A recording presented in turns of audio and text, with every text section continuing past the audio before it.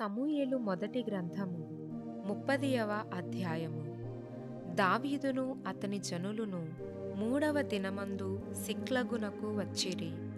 అంతలో అమాలేకీయులు దండెత్తి దక్షిణ దేశము మీదను సిక్లగు మీదను పడి కొట్టి దానిని తగులబెట్టి ఘనులనేమి అల్పులనేమి అందులోనున్న ఆడువారందరినీ చెరపట్టుకొని చంపక వారిని తీసుకొని వెళ్ళిపోయి యుండిరి.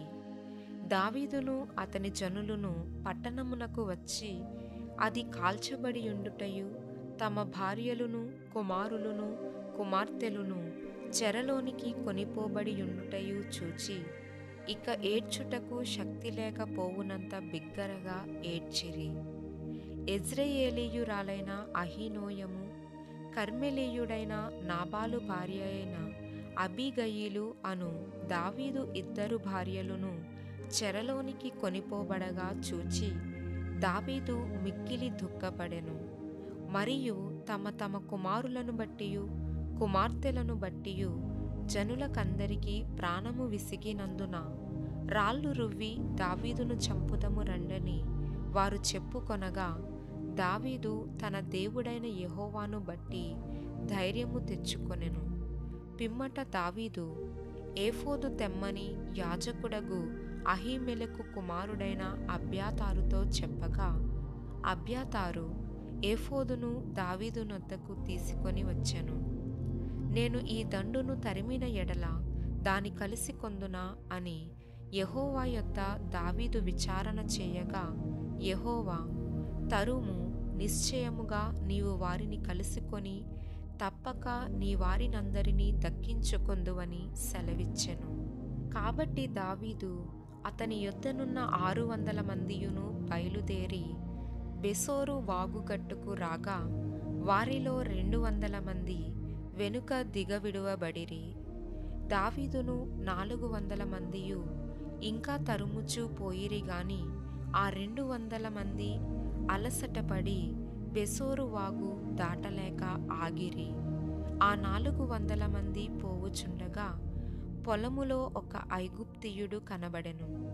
వారు దావీదు నద్దకు వాని తోడుకొని వచ్చి వాడు 3 రాత్రింబగళ్ళు అన్నపానములేమియూ పుచ్చుకొనలేదని తెలిసికొని వానికి భోజనము పెట్టి దాహమిచ్చి అంజూరపు అడలోని ముక్కను 2 ద్రాక్ష గెలలను వానికిచ్చిరి.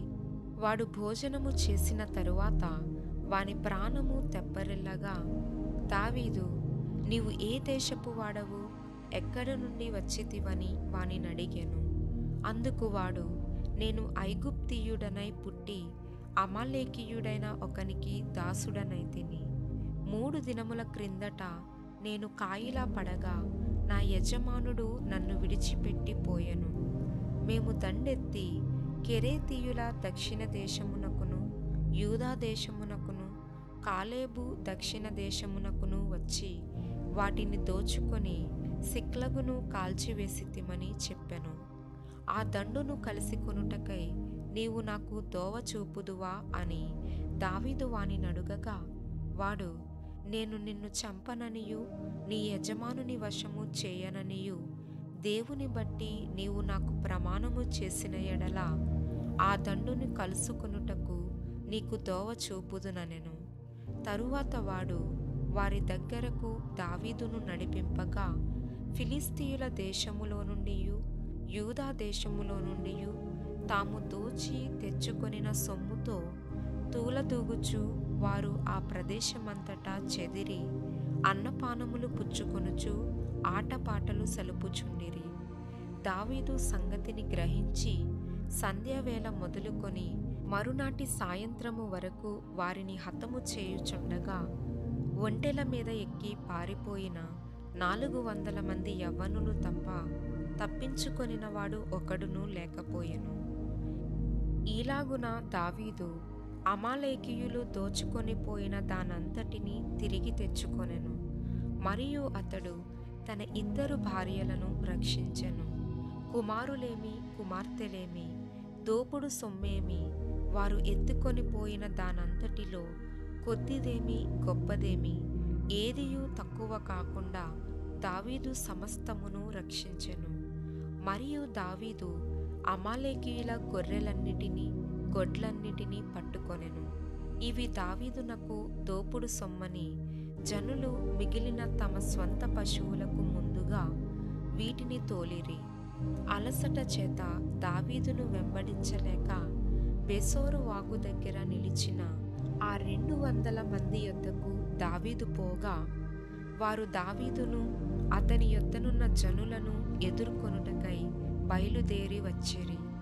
దావీదు ఈ జనుల యొద్దకు వచ్చి వారి యోగక్షేమం అడుగగా, దావీదుతో కూడా వెళ్ళిన వారిలో దుర్మార్గులును పనికి మాలిన వారునైన కొందరు, వీరు మనతో కూడా రాక నిలిచిరి కనుక తమ భార్యలను పిల్లలను తప్ప మనకు మరలా వచ్చిన దోపుడు సొమ్ములో మనమేమియూ వీరికియ్యము, తమ భార్య పిల్లలను వారు తీసుకొని పోవచ్చుననిరి.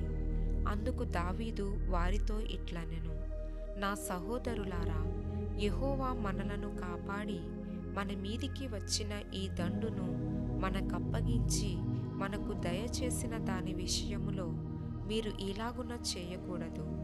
మీరు చెప్పినది ఎవరు ఒప్పుకొందురు? యుద్ధమునకు పోయిన వాని భాగమెంతో సామానునొద్ద నిలిచిన వాని భాగము అంతే అని వాడుక మాట. అందరూ సమముగానే పాలు పంచుకొందురు గదా.